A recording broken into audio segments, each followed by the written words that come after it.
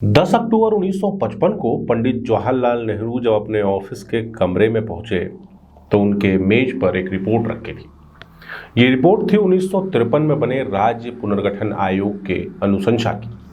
जब उन्होंने उस रिपोर्ट के पन्ने पलटने शुरू किए तो एक पेज पर अचानक से ठिठक गए। उस पन्ने को पलटते ही जवाहरलाल नेहरू कह बैठे कि ये क्या उल्टा सीधा ऊंट जैसा दिखने वाला राज्य बना दिया है। जिस राज्य को जवाहरलाल नेहरू ऊंट जैसा दिखने वाला बता रहे थे, उसी राज्य से उन्हें कुछ सालों पहले उनके जीवन की पहली राजनीतिक चुनौती मिली थी और इस चुनौती को उन्होंने इस तरह से निपटाया कि उसके बाद उस राज्य में कभी भी केंद्रीय नेतृत्व के खिलाफ दूसरा कोई विद्रोह नहीं हुआ। नमस्कार, मैं सौरभ कुमार, आप देख रहे हैं आयुध की खास सीरीज, जिसमें हम बात करेंगे राजनीतिक घटनाओं के बारे में, मध्य प्रदेश की राजनीति के उन घटनाओं के बारे में जिन्होंने मध्य प्रदेश में राजनीति की दिशा बदल दी। आज के वीडियो में मध्य प्रदेश के गठन और मध्य प्रदेश में उठे कांग्रेस के पहले राजनीतिक विद्रोह को मिटाने की कहानी। 1953 में एक कमेटी बनाई गई। इस कमेटी का काम था कि भाषाई आधार पर भारत में राज्यों की सीमाएं खींची जाएं। यह आयोग मध्य प्रदेश की इस धरती पर भी आया। यहां पर उन्होंने महाकौशल, विंध्य प्रदेश और मध्य भारत का दौरा किया। इस समय इन तीनों राज्यों की जो राजनीतिक स्थिति थी वो बहुत अलग अलग थी। महाकौशल में रविशंकर शुक्ल मुख्यमंत्री थे और कांग्रेस की कमान थी सेठ गोविंददास के पास।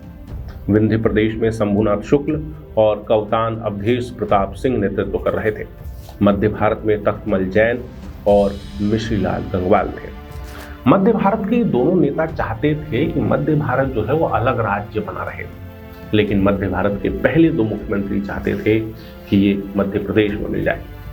विंध्य प्रदेश के नेता चाहते थे कि भैया या तो हमको आजाद रहने दो, इंडिपेंडेंट राज्य रहने दो, या तो फिर हमको उत्तर प्रदेश में मिला दो। इन सब के बीच भोपाल में बैठे थे प्रधानमंत्री रविशंकर शुक्ल। रविशंकर शुक्ल का कोई उनको इस बात से गुरेज नहीं था कि उनको मध्य प्रदेश में मिलना है, लेकिन उनका फोकस इस बात पर था कि राजधानी भोपाल बननी चाहिए।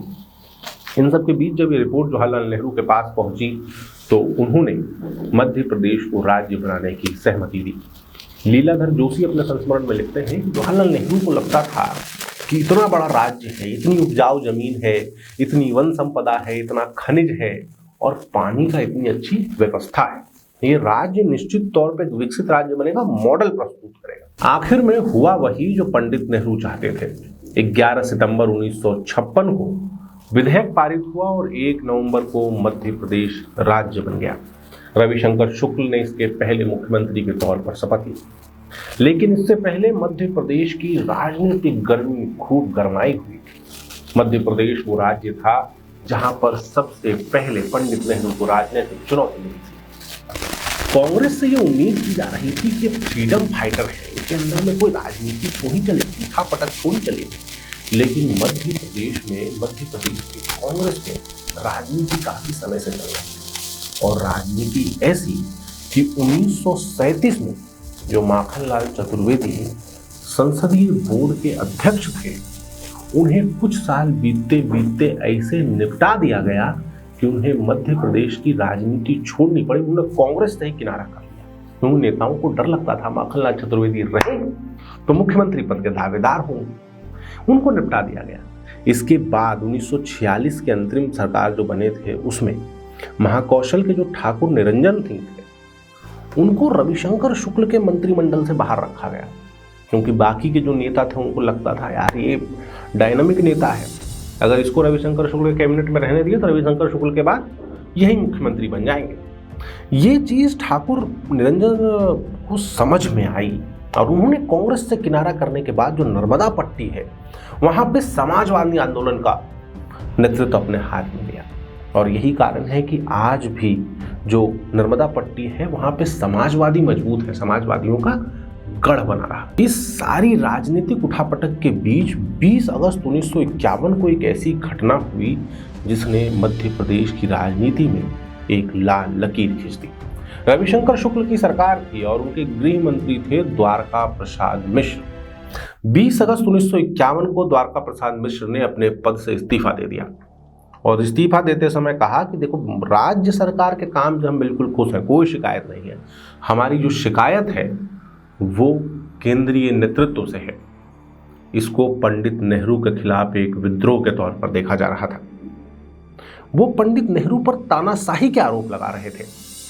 उन्होंने जो अपना भाषण दिया 28 अगस्त 1951 को विधानसभा में, उस भाषण में वो 15 बिंदुओं में जवाहरलाल नेहरू के ऊपर आरोप लगाते हैं।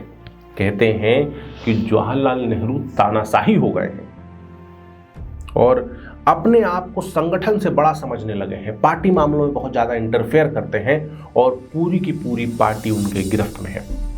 ये वो समय था जब सरदार पटेल की मृत्यु हो चुकी थी। बहुत सारे लोग थे कांग्रेस के अंदर जो जवाहरलाल नेहरू से समर्थन नहीं रखते थे, लेकिन किसी में हिम्मत नहीं थी कि नेहरू के खिलाफ कुछ कह सकें। ऐसे में द्वारका प्रसाद मिश्र उन सबके लिए एक रे ऑफ होप, उम्मीद की किरण बनकर सामने आए थे। सामने से आके कोई भी द्वारका प्रसाद मिश्र को अपना समर्थन नहीं दे रहा था, लेकिन द्वारका प्रसाद मिश्र अपनी आवाज बुलंद किए हुए थे, लेकिन उनकी ये आवाज भी बंद हो गई। 1952 में जब चुनाव हुए तो द्वारका प्रसाद मिश्र 2 विधानसभा सीटों से चुनाव लड़े और कांग्रेस के प्रत्याशियों ने उनको दोनों जगह पर बुरी तरीके से हरा दिया। दोनों जगहों पर द्वारका प्रसाद मिश्र की जमानत जब्त हो गई। इसके बाद शुरू हुआ द्वारका प्रसाद मिश्र का वनवास। वो 12 सालों तक कांग्रेस की राजनीति से बाहर रहे।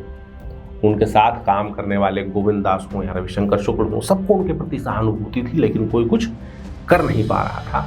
आखिर में हुआ इतना कि द्वारका प्रसाद मिश्र को सागर विश्वविद्यालय का कुलपति बनाकर भेज दिया गया। लेकिन अपने कार्यकाल में उन्होंने जो काम किए, उन्होंने एक नई लकीर खींच दी। उन्होंने सागर विश्वविद्यालय को प्रदेश के बेहतरीन विश्वविद्यालयों में से एक बना दिया। अगर आपको ये कहानी अच्छी लगी और इस तरह की कहानियां और सुनना चाहते हैं तो आयुक्त को सब्सक्राइब कर लीजिए। हम इस तरह की कहानियां आपके लिए लगातार लेकर आते रहेंगे। हमारे दूसरे प्लेटफॉर्म से भी जुड़िए, वहां पर भी हम आपके लिए कंटेंट पोस्ट करते हैं। फेसबुक, ट्विटर और इंस्टाग्राम पर हम हैं। आपका बहुत बहुत धन्यवाद।